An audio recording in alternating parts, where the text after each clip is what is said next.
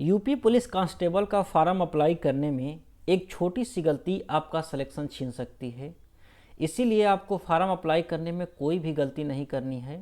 इसीलिए मैं यह वीडियो लेकर के आया हूं ताकि आप जान सकें कि कौन से कॉलम में कौन सा डाटा भरना है और वो डाटा जो है वो कहां से मिलेगा, जिससे कि आपकी जो गलती के चांसेस हैं वो बिल्कुल ख़त्म हो जाएं, ना के बराबर हो जाएं।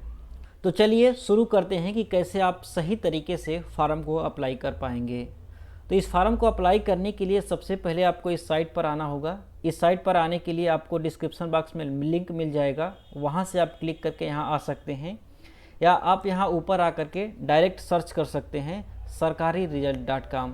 जैसे ही आप यहां पर sarkari-result.com सर्च करेंगे, आपको ये ऊपर वाली जो सबसे ऊपर वाली वेबसाइट दिखेगी, इस पर आकर के क्लिक करना होगा। इस पर जब आप क्लिक करेंगे तो यहाँ स्क्रॉल करके जब आप नीचे आएंगे तो यहाँ पर आपको दिख जाएगा यूपी कांस्टेबल 2023 अप्लाई ऑनलाइन। या अगर आपको यहाँ पर नहीं मिलता है तो आप इसमें नीचे आ जाएंगे और यहाँ जो लेटेस्ट जॉब वाला ऑप्शन है इसमें आकर के आप सर्च करेंगे। अगर इसमें आप सर्च करेंगे तो यहाँ पर आपको मिल जाएगा UP constable 60,240 post online form. यहाँ पर आकर के यहाँ पर क्लिक करना होगा। जैसे ही आप क्लिक करेंगे उसके बाद फिर स्क्रॉल करके आपको नीचे जाना होगा, और नीचे जाएंगे तो यहाँ पर आपको अप्लाई का ऑप्शन दिखेगा, अप्लाई ऑनलाइन, और इसी के सामने क्लिक हियर लिखा हुआ है, यहाँ पर आपको क्लिक करना है। जैसे ही आप क्लिक करेंगे आप इस साइट पर पहुँच जाएंगे जहाँ पर फॉर्म अप्लाई करना है। इस फॉर्म को अप्लाई करने के लिए यहाँ पर यहाँ दिखेगा नीचे आपको अप्लाई ऑनलाइन का, आपको यहाँ दिख रहा होगा अप्लाई ऑनलाइन का ऑप्शन, यहाँ पर आपको क्लिक करना है। जैसे ही आप क्लिक करेंगे तो इस प्रकार का विंडो आपके सामने खुल करके आ जाएगा, और इसमें आप देखेंगे कि यहाँ से क्रम से दिया हुआ है। इसमें क्रम दिया होगा कि क्रम 1 में क्या भरना है, क्रम 2 में क्या भरना है, क्रम 3 में क्या भरना है, और इसके ऊपर लिखा हुआ है कि इस कॉलम में आपको क्या क्या भरना है। तो चलिए एक एक करके हम लोग देख लेते हैं कि कौन से कॉलम में क्या क्या यहाँ पर हमें भरना होगा। तो सबसे पहले आपको कॉलम 1 में आवेदक का नाम भरना होगा, और नाम जो है वो केवल फर्स्ट नाम भरना होगा। जैसे कि मुझे मुकेश चौरसिया नाम भरना है तो यहाँ पर मैं केवल मुकेश लिखूँगा। उसके बाद जो चौरसिया है वो यहाँ दूसरे वाले कॉलम में मुझे लिखना होगा। उसके बाद ये जो तीसरा वाला कॉलम है इसमें पूरा नाम लिखना है, मुकेश और चौरसिया। उसके बाद चौथे वाले कॉलम में हमें डेट ऑफ बर्थ डालना है, और डेट ऑफ बर्थ डालने के लिए इसमें चूज़ करने को देगा। जैसे ही आप यहाँ पर क्लिक करेंगे ये चूज़ करने को देगा, और जो आप डेट चूज़ करनी होगी तो सबसे पहले आप ईयर चूज़ करेंगे कि कौन से ईयर में आपका जन्म हुआ था वो, उसके बाद कौन से महीने में हुआ था, उसके बाद कौन सी तारीख को हुआ था, और क्लिक करने के बाद आपकी डेट जो है यहाँ पर आ जाएगी। उसके बाद 5वें नंबर पे आपको अपने पिता का नाम भरना होगा। उसके बाद 6ठे नंबर पे अपनी माता का नाम भरना होगा। उसके बाद 7वें नंबर पर आपको लिंग भरना होगा अपना, कि आप मेल हैं या फीमेल हैं। उसके लिए आप आकर के यहाँ क्लिक करेंगे तो दिखाएगा मेल और फीमेल का ऑप्शन। इसमें से आपको एक चूज़ कर लेना है, या तो मेल या फीमेल, आप जो भी हों। उसके बाद 8वें नंबर में आपको अपना मोबाइल नंबर डालना है, और ये वो आपका मोबाइल नंबर ऐसा होना चाहिए जिसमें कि OTP आए, उसमें रिचार्ज हो। कहीं ऐसा ना हो कि आप ऐसा नंबर डाल दें जिसमें कि OTP ही ना आए, तो पूरा गड़बड़ हो जाएगा आपका। इसलिए आपका जो मोबाइल नंबर चालू हो वो इसमें डालें। और 9वें वाले कॉलम में आपको फिर से अपना जो मोबाइल नंबर है इसी को वेरीफाई करना है, उसी को दोबारा से डालना है। उसके बाद 10वां जो कॉलम है इसमें आपको अपना आधार नंबर डालना है। उसके बाद जो 11वां कॉलम है इसमें आपको अपना ईमेल आईडी डालना है। और इसके बाद जो 12वां कॉलम है इसमें आपको अपनी ईमेल आईडी जो है वो वेरीफाई करनी है।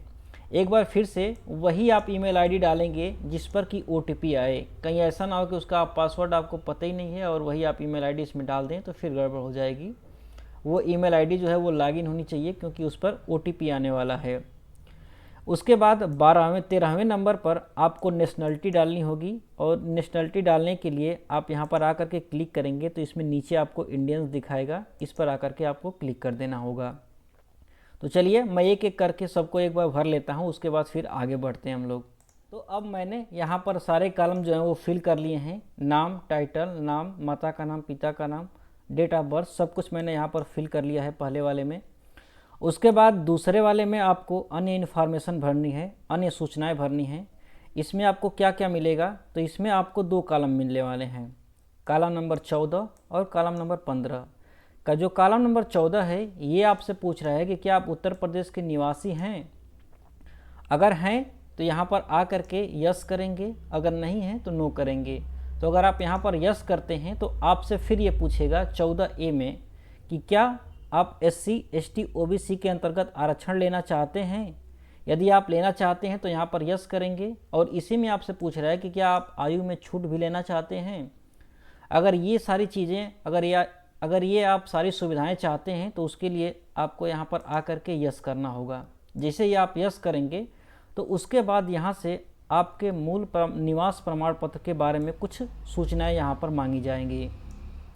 जैसे कि यहाँ पर जो 14B है ये आपसे पूछ रहा है कि जो आपका मूल निवास प्रमाण पत्र है वो किस अधिकारी के द्वारा जारी किया गया है, और जिसने जो जारी किया है उसका यहाँ पर नाम होना चाहिए।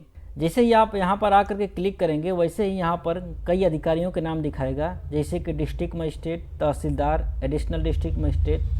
तो इसमें से किसने आपका निवास प्रमाण पत्र जारी किया है ये कहाँ से पता लगेगा, तो उसके लिए आपका जो निवास प्रमाण पत्र है उस पर ये मिल जाएगा। जैसे कि ये वाला मेरा निवास प्रमाण पत्र है, इसमें यहाँ पर आपको देखने को मिल जाएगा, यहाँ पर आपको देखने को मिल जाएगा कि ये जो प्रमाण पत्र है मेरा, यह तहसीलदार के द्वारा जारी किया गया है। वैसे ही आप भी अपने प्रमाण पत्र में चेक कर सकते हैं कि यह प्रमाण पत्र किसके द्वारा जारी किया गया है। उसके बाद जा करके वहाँ पर आप फिल कर देंगे। तो जैसे मेरा तहसीलदार के द्वारा जारी किया गया है तो मैं आ करके यहाँ पर तहसीलदार चूज़ कर लूँगा। उसके बाद 14C में आपसे पूछेगा कि आपका जो मूल निवास प्रमाण पत्र है यह किस तिथि को जारी किया गया है, तो ये भी आपको वहीं पर मिलेगा। इसके लिए आप अगर निवास पे आप जाएंगे तो यहाँ पर देखेंगे ऊपर के साइड में, तो यहाँ पर जारी तिथि लिखी होगी, ये वाला डेट उसमें आपको डालना होगा। तो आप यहाँ आकर के हम वो वाला डेट डाल देते हैं। तो यहाँ आने के बाद सबसे पहले आपको ईयर चूज़ करना है, उसके बाद फिर मंथ चूज़ करना है, उसके बाद फिर जिस तिथि को आपका जारी हुआगा वो चूज़ करेंगे तो उसके बाद यहाँ पर सेलेक्ट हो जाएगा। इसके बाद 14D में आपको मूल निवास प्रमाण पत्र क्रमांक यहाँ पर डालना होगा कि कौन से क्रम का आपका मूल निवास प्रमाण पत्र है, तो ये भी आपको वहीं पर मिलेगा। तो जब आप जाएंगे निवास प्रमाण पत्र पर तो यहाँ पर आपको प्रमाण पत्र मिल जाएगा। यहाँ पर देखने को आप यहाँ देख रहे हैं ये है प्रमाण पत्र क्रमांक आपका, ये वाला डाटा जो है वो आपको वहाँ पर फिल करना होगा। इसके बाद जैसे आप आगे बढ़ेंगे तो उसके बाद यहाँ से आपसे पूछेगा कि आप कौन से डिस्ट्रिक्ट से हैं, तो आप जा करके अपना डिस्ट्रिक्ट यहाँ से चूज़ कर लेंगे, और इस तरह से जो कॉलम नंबर 14 है ये पूरा हो जाता है। इसके बाद कॉलम नंबर 15 में आपसे कैटेगरी पूछ रहा है कि आप कौन सी कैटेगरी से हैं। तो यहाँ पर आपको सेलेक्ट करना होगा कि आप किससे SC, ST, OB या जनरल C, EWS किससे हैं, वो आपको यहाँ पर चूज़ करना होगा। तो जैसे OBC चूज़ करना है तो मैंने यहाँ पर OBC चूज़ कर लिया। लेकिन अगर आप OBC चूज़ करते हैं या कोई भी आरक्षण वाला कैटेगरी चूज़ करते हैं तो उसके लिए फिर से आपको यहाँ पर प्रमाण पत्र डालने होंगे। जैसे कि यहाँ पर 15A में डालना होगा कि यह किसने जारी किया है, तो सेम वैसे ही मिल जाएगा जैसे निवास प्रमाण पत्र में मिला था कि कौन जारी किया है, वहीं पर ये भी देखने को मिल जाएगा। उसके बाद ये कब जारी हुआ है ये भी वहीं पर आपको देखने को वैसे ही मिल जाएगा। उसके बाद इस प्रमाण पत्र का क्रमांक क्या है वो भी आपको वहीं पर देखने को मिल जाएगा। इसके बाद आवेदन संख्या क्या है ये भी आपको वहीं पर देखने को मिल जाएगा। लेकिन निवास वाले में आवेदन संख्या नहीं मांगा था, तो इसलिए इसको हम लोग एक बार देख लेते हैं कि ये कहाँ पर मिलेगा। तो जब आप यहाँ पर जाएंगे तो यहाँ पर आपको आवेदन क्रमांक मिल जाएगा। यहाँ पर आप जो देख रहे हैं प्रमाण पत्र के ऊपर ये आवेदन क्रमांक है, ये वाला डाटा आपको यहाँ पर आकर के फिल करना होगा। तो चलिए एक बार मैं इसको फिल कर लेता हूँ, फिर आगे बढ़ते हैं। तो मैंने सारा डाटा फिल कर लिया। इसके बाद जो कॉलम नंबर 16 है ये आपसे पूछ रहा है कि क्या आप स्वतंत्रता सेनानी पर आश्रित हैं। अगर हैं आप तो यहाँ पर यस करेंगे, अगर नहीं है तो यहाँ पर आप नो करेंगे। उसके बाद कॉलम नंबर 17 में आपसे पूछ रहा है कि क्या आप उत्तर प्रदेश सरकार में कर्मचारी रह चुके हैं। अगर आप हैं तो यहाँ पर यस करेंगे, और अगर नहीं है तो आप यहाँ पर नो करेंगे। लेकिन अगर आप यहाँ पर यस करते हैं तो आपको प्रमाण पत्र देना होगा, और अगर आप नो करते हैं तो आपको इससे यहाँ पर कुछ नहीं मांगेगा। वैसे ही अगर आप सेनानी पर आश्रित होते हैं तो उसके लिए भी अगर आप यस करते हैं तो आपको प्रमाण पत्र का यहाँ पर डाटा देना पड़ेगा इसके लिए। अगर नहीं है तो आप यहाँ पर नो करेंगे। उसके बाद कॉलम नंबर 18 जो है ये पूछ रहा है कि क्या आपने होम गार्ड में न्यूनतम 3 साल के लिए सेवा दी हुई है। अगर आप यहाँ पर यस करते हैं तो फिर से आपको प्रमाण पत्र का डाटा यहाँ पर देना होगा, लेकिन अगर आप यहाँ पर नो करते हैं तो कोई भी डाटा यहाँ पर आपको नहीं देना पड़ेगा। उसके बाद कॉलम नंबर जो 19 है ये पूछ रहा है कि क्या आप भूतपूर्व सैनिक रह चुके हैं। अगर आप यस करेंगे तो इसके लिए भी फिर डाटा देना पड़ेगा, अगर आप नो करते हैं तो इसके लिए आपको कोई डाटा नहीं देना पड़ेगा यहाँ पर। तो मैंने यहाँ पर नो कर दिया। उसके बाद कॉलम आता है सबसे महत्वपूर्ण, और ये है शैक्षणिक योग्यता वाला। शैक्षणिक योग्यता वाला जो कॉलम है ये सबसे महत्वपूर्ण है, और इसमें 2 चीज़ों के बारे में आपको डालना है। एक तो आपका हाई स्कूल और एक जो है आपका इंटरमीडिएट। जो हाई स्कूल आपका है वो आपने किस बोर्ड से क्वालिफाई किया है, किस बोर्ड से आपने पास किया है, वो आपको यहाँ पर डालना हो। जैसे आपने यूपी बोर्ड से पास किया हो तो यहाँ पर यूपी बोर्ड डालेंगे। अगर आपने सीबीएसई बोर्ड से पास किया हो तो आपने यहाँ पर आप सीबीएसई बोर्ड डालेंगे। आप जिस भी स्टेट के बोर्ड से या सेंटर के बोर्ड से पास किए होंगे आप वो चीज़ यहाँ पर डालेंगे। उसके बाद यहाँ पर डालना है कि आप हाई स्कूल किस वर्ष में पास किए हैं। उसके बाद परिणाम क्या रहा है, आपका मिल गया है आपको रिजल्ट या नहीं, वो आपको यहाँ पर डालना है। उसके बाद हाई स्कूल का अनुक्रमांक क्या है वो आपको यहाँ पर डालना है। उसके बाद प्रमाण पत्र क्रमांक क्या है वो आपको यहाँ पर डालना होगा। अच्छा, ये जो प्रमाण पत्र क्रमांक है ये आपको कहाँ पर देखने को मिलेगा, तो आपका जो मार्कशीट होगा, आपकी जो मार्कशीट होगी, जैसे कि ये मेरी मार्कशीट है, यहाँ पर प्रमाण पत्र क्रमांक आपको यहाँ पर देखने को मिलेगा। कुछ ये वाला आप जो सेक्शन देख रहे हैं यहाँ पर आपको प्रमाण पत्र क्रमांक मिलेगा, और ये वाला डाटा आपको उसमें फिल करना होगा। ठीक, वैसे ही आपको इंटरमीडिएट वाले में भी फिल करना होगा। इंटरमीडिएट वाले में भी किस बोर्ड से पास हैं वो यहाँ डालना होगा, किस वर्ष में पास हैं वो भी आपको यहाँ डालना होगा। अच्छा, ये वाला डाटा कहाँ मिलेगा कि आप किस वर्ष में पास हैं, तो ये वाला जो डाटा है आपको उसी पर मिलेगा। जैसे ही आप जाएंगे तो यहाँ पर जो नीचे आएंगे जब, तो यहाँ पर आपको दिखाई दे रहा होगा ये वाला डेट 8 जून 2013। ऐसे ही डाटा आपके मार्कशीट पर भी दिख रही होगी, यही वाला डाटा वहाँ पर आपको डालना होगा। उसके बाद फिर वही परिणाम आपको यहाँ पर सेलेक्ट करना है कि आप पास हैं। उसके बाद फिर यहाँ पर अनुक्रमांक आपको डालना होगा, और फिर यही प्रमाण पत्र क्रमांक जो है वो आपको डालना होगा। ऐसे ही आपके इंटरमीडिएट वाले मार्कशीट पर यहाँ पर प्रमाण पत्र क्रमांक मिल जाएगा, वो आप यहाँ पर डाल देंगे। तो चलिए मैं एक एक करके सबको भर लेता हूँ, उसके बाद फिर हम लोग आगे बढ़ते हैं। तो मैंने सारा डाटा यहाँ पर अपना फिल कर लिया है कि मैं यूपी बोर्ड से पास हूँ, इस तारीख को मैंने पास किया था, परिणाम में मैं पास हो गया हूँ, रोल नंबर इतना है, और जो क्रमांक है प्रमाण पत्र क्रमांक वो मैंने यहाँ पर डाल दिया है। वैसे ही मैंने इंटरमीडिएट का भी यहाँ पर डाल दिया है। इसके बाद अगला कॉलम जो मिलता है हम लोगों को वो मिलता है अधिमानी अर्हताएँ के बारे में, और इसमें क्या क्या देखने को मिलेगा। तो यहाँ पर आपको 22 नंबर वाले कॉलम में आपसे पूछ रहा है कि क्या आप ओ लेवल पास हैं। अगर आप ओ लेवल पास हैं तो आप यहाँ पर आकर के यस करेंगे, लेकिन जैसे ही आप यस करेंगे तो यहाँ पर ओ लेवल के बारे में आपको जो डाटा है वो आपको यहाँ पर भरना होगा। लेकिन अगर आप यहाँ पर नो करते हैं तो कोई भी डाटा यहाँ पर नहीं मांगेगा।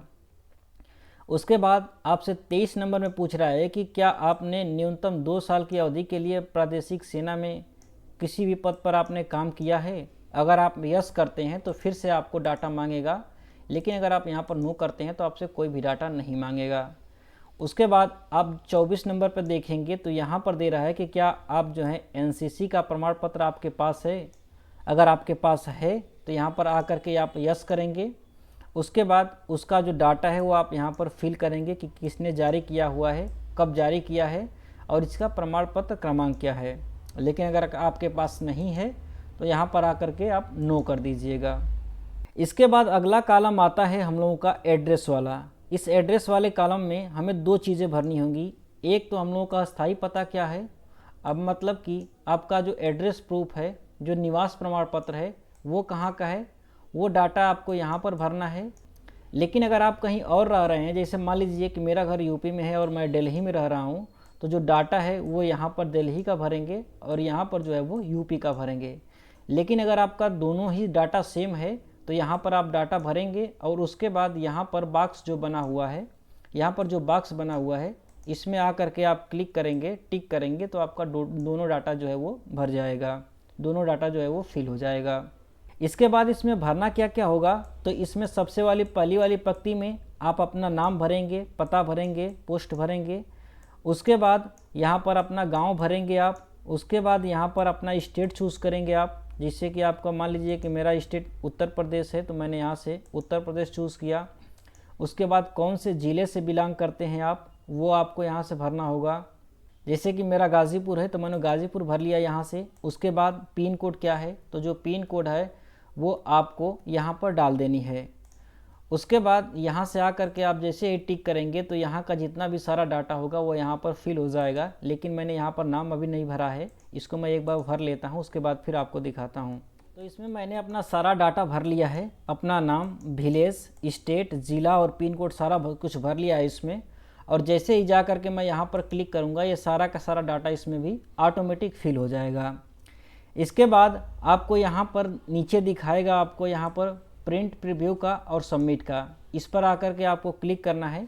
जैसे ही आप यहाँ पर क्लिक करेंगे वैसे ही आपको कुछ इस प्रकार की विंडो खुल करके सामने आएगी। और यहाँ से आपको चेक कर लेना है सारा का सारा डाटा कि मैंने जो नाम भरा था वो सारा का सारा बिल्कुल सही हो। आप इसको हाई स्कूल के मार्कशीट से मिला लीजिएगा, जो जन्मतिथि भरी थी वो सही हो, पिता का नाम सही हो, माता का नाम सही हो। यहाँ पर लिंग चेक कर लीजिएगा। उसके बाद मोबाइल नंबर की पुष्टि आप बिल्कुल चेक कर लीजिएगा। उसके बाद ईमेल आईडी चेक कर लीजिएगा। ये दोनों तो आप बिल्कुल सही से चेक कर लीजिएगा क्योंकि इसी पर OTP आने वाला है आपका। उसके बाद नीचे आएंगे तो सारे का सारा डाटा यहाँ पर दिया हुआ है शैक्षणिक योग्यता के बारे में, ये सब कुछ आप चेक कर लेंगे इसको एक बार। उसको चेक करने के बाद यहाँ पर एड्रेस भी मिल जाएगा, इसको भी आप चेक कर लीजिएगा।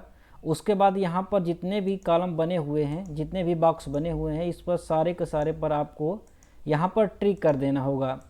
उसके बाद जैसे ही आप नीचे आएंगे तो यहाँ पर आपको कैप्चा कोड का ऑप्शन मिल जाएगा।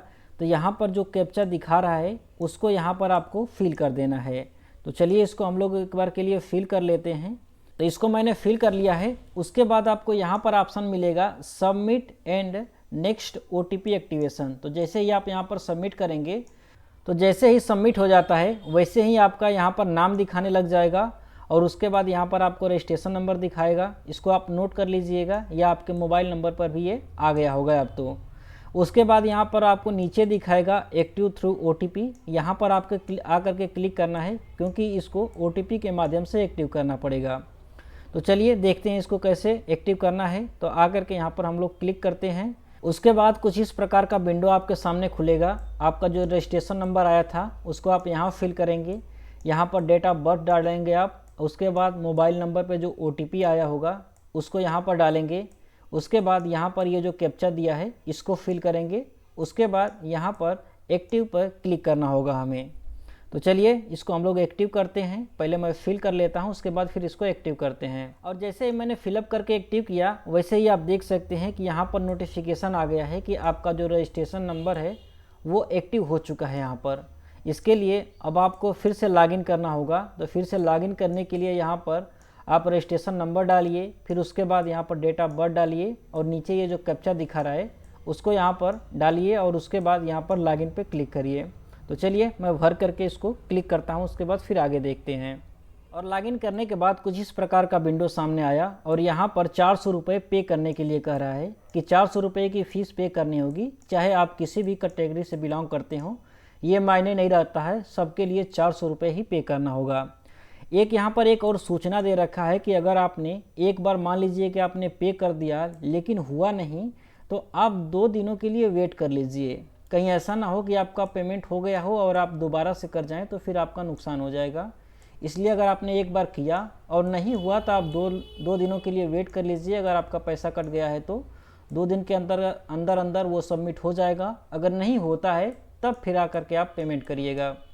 तो अभी हम लोग पेमेंट करने के लिए यहाँ पे नाउ वाले बटन पे क्लिक करेंगे। तो चलिए मैं क्लिक करता हूँ, फिर आपको दिखाता हूँ।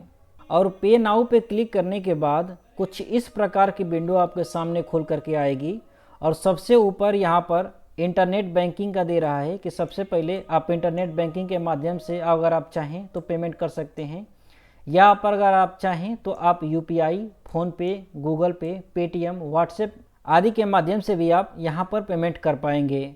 तो चलिए मैं आपको बताता हूँ कि आप फ़ोनपे, गूगल पे, पेटीएम, यूपीआई से आप कैसे पेमेंट कर पाएंगे। जैसे ही आप यहाँ यूपीआई वाले बटन पर क्लिक करेंगे वैसे ही कुछ इस प्रकार की विंडो फिर आपके सामने खुल करके आएगी। और यहाँ से अगर आप चाहें तो यूपीआई आईडी से भी कर सकते हैं, और अगर आप चाहें तो क्यूआर स्कैन के माध्यम से भी आप यहाँ पर पे कर सकते हैं। अगर यूपीआई डालना है तो आप यहाँ पर क्लिक करेंगे, अगर क्यूआर के माध्यम से पे करना है तो यहाँ पर क्लिक करेंगे। क्यूआर के माध्यम से जैसे कि आप दुकान पर जाते हैं, कोई सामान खरीदते हैं और जो पे करते हैं वहाँ पर स्कैन करके, सेम वैसे ही आपको यहाँ पर भी पेमेंट का ऑप्शन मिल जाएगा और अपने मोबाइल से किसी भी ऐप से यहाँ पर पे कर पाएंगे। तो चलिए मैं यहाँ क्यूआर के माध्यम से आपको पे करने के बारे में बताता हूँ। और जैसे ही मैं यहाँ क्यूआर स्कैन वाले पे क्लिक करके जैसे ही पे नाउ वाले बटन पे क्लिक करता हूँ वैसे ही आपको यहाँ पर क्यूआर स्कैन कोड दिख जाएगा। यहाँ से आ करके आप अपने मोबाइल से इसको स्कैन करके और अपना फीस पे कर सकते हैं। और ये काम जो है आपको 3 मिनट के अंदर अंदर ही करना होगा, नहीं तो फिर ये जो साइट है वो बंद हो जाएगी। मतलब कि ये वाला जो पेमेंट ऑप्शन है ये ख़त्म हो जाएगा, दोबारा से फिर आपको लॉगिन करके पेमेंट करना होगा। तो चलिए मैं यहाँ से स्कैन करके पे कर लेता हूँ, उसके बाद फिर मैं आगे आपको दिखाता हूँ। और अब यहाँ पे करने के बाद फिर से आपको लॉगिन करने के लिए देगा, तो फिर रजिस्ट्रेशन नंबर डालिए, डेट ऑफ बर्थ डालिए, उसके बाद यहाँ पर जो कैप्चा नंबर है इसको आप यहाँ पर डालिए और उसके बाद फिर यहाँ लॉगिन पर आप क्लिक करिए। और यहाँ पर लॉगिन पे क्लिक करके मैं आपको फिर दिखाता हूँ। यहाँ लॉगिन पे क्लिक करने के बाद फिर आपको यहाँ पर आ जाता है फ़ोटो अपलोड करने के लिए। एक बात नोटिफिकेशन में दी गई थी कि यहाँ पर जो भी फ़ोटो डॉक्यूमेंट्स अपलोड किए जाएंगे वो सारे के सारे डिजी लॉकर के माध्यम से अपलोड किए जाएंगे। लेकिन यहाँ पर फिर यह नोटिस में यहाँ पर नोट दे करके लिखा गया है कि इसका लिंक जो है वो अभी एक्टिव नहीं हो पाया है, इसलिए आप अपने मोबाइल या डेस्कटॉप से ही आप इसको फ़ोटो अपलोड करें। अभी ये जो है डिजी लॉकर से अपलोड नहीं हो पाएगा। और यहाँ पर कैसे कैसे आपको फ़ोटो अपलोड करनी है उसकी साइज़ आपको यहाँ पर देखने को मिल जाएगी कि जो आपकी फ़ोटो है वो 20 KB से 50 KB के बीच होनी चाहिए। जो आपका सिग्नेचर है वो 5 KB से लेकर के 20 KB के बीच में होना चाहिए। ऐसा बना करके आपको यहाँ पर अपलोड करना होगा। अगर आप अपने फ़ोटो और सिग्नेचर की साइज़ नहीं बना पा रहे हैं तो इसको आप कैसे बनाएंगे उसकी लिंक जो है आपका उस वीडियो का लिंक आपके डिस्क्रिप्शन बॉक्स में यहाँ पर दिया गया है, वहाँ से आप जा कर के देख सकते हैं और अपने फ़ोटो को इस साइज़ में इसलिए बना सकते हैं ताकि यहाँ पर अपलोड कर सकें।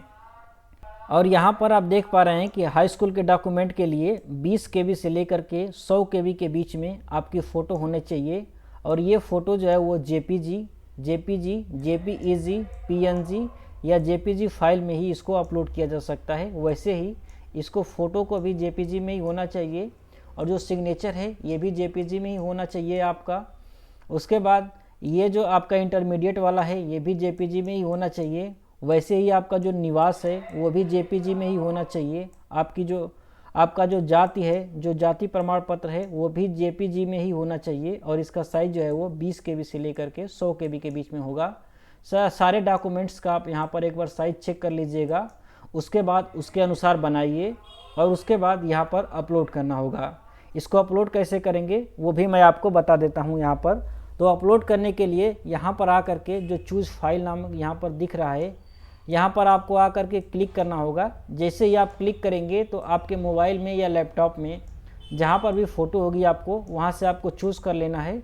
उसके बाद यहाँ अपलोड वाले ऑप्शन पे आपको क्लिक करना होगा। जैसे ही आप क्लिक करेंगे वो फाइल या फ़ोटो जो है वो अपलोड हो जाएगी। तो चलिए मैं करके दिखाता हूँ एक बार आपको।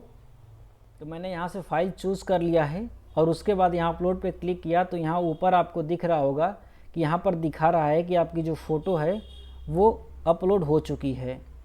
ये जो फ़ोटो है वो यहाँ पर अपलोड हो चुकी है। यहाँ पर आपको सक्सेसफुल दिखा देगा और यहाँ पर आपको फ़ोटो दिखा देगा। जैसे ही मैं डीएक्टिवेट करूँगा वैसे ही यहाँ पर फ़ोटो भी दिखा देगा, वो भी मैं आपको दिखाता हूँ यहाँ पर।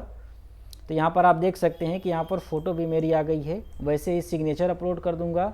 फिर उसके बाद यहाँ पर हाई स्कूल की मार्कशीट, यहाँ पर इंटरमीडिएट की मार्कशीट और यहाँ पर निवास और यहाँ पर जाति प्रमाण पत्र सब कुछ यहाँ पर अपलोड करना होगा। अपलोड करने के बाद यहाँ पर आपको फाइनल सबमिशन का यहाँ पर बटन दिखेगा। यहाँ पर आकर के आपको क्लिक करना होगा जिससे कि आपका ये जो फार्म है ये सबमिट हो जाएगा, ये जो है पूरी तरह से कंप्लीट हो जाएगा। तो इसको मैं फिल करके यहाँ पर सबमिट करके आपको दिखाता हूँ। तो मेरी अब सारी चीज़ें यहाँ पर कंप्लीट हो गई हैं। मैं यहाँ पर अब फाइनल वाले बटन पे क्लिक करके आपको दिखाता हूँ कि ये कैसे किस प्रकार का खुल करके सामने आता है। तो जैसे ही मैंने क्लिक किया तो ये वाला विंडो सामने खुल करके आएगा और यहाँ पर प्रिंट एप्लीकेशन दिख रहा है। यहाँ से आपने जो फार्म भरा है इसको प्रिंट करके यहाँ से आप सेव करके अपने मोबाइल में, एक लैपटॉप में आप रख सकते हैं, जो कि भविष्य में आपके काम आएगा। तो फ्रेंड्स, अगर आपको वीडियो अच्छा लगा हो, पूरी तरह से समझ में आया हो कि कैसे फार्म अप्लाई करना है, तो इस वीडियो को अपने फ्रेंड्स के साथ में भी शेयर करें और इस वीडियो को लाइक करें। और अगर आप इस चैनल पर नए हैं तो इस चैनल को सब्सक्राइब भी कर लें, ताकि आगे से आने वाली जितने सारी वीडियोस हैं उनका नोटिफिकेशन आपको मिल सके। तो thanks for watching, have a nice day, thank you.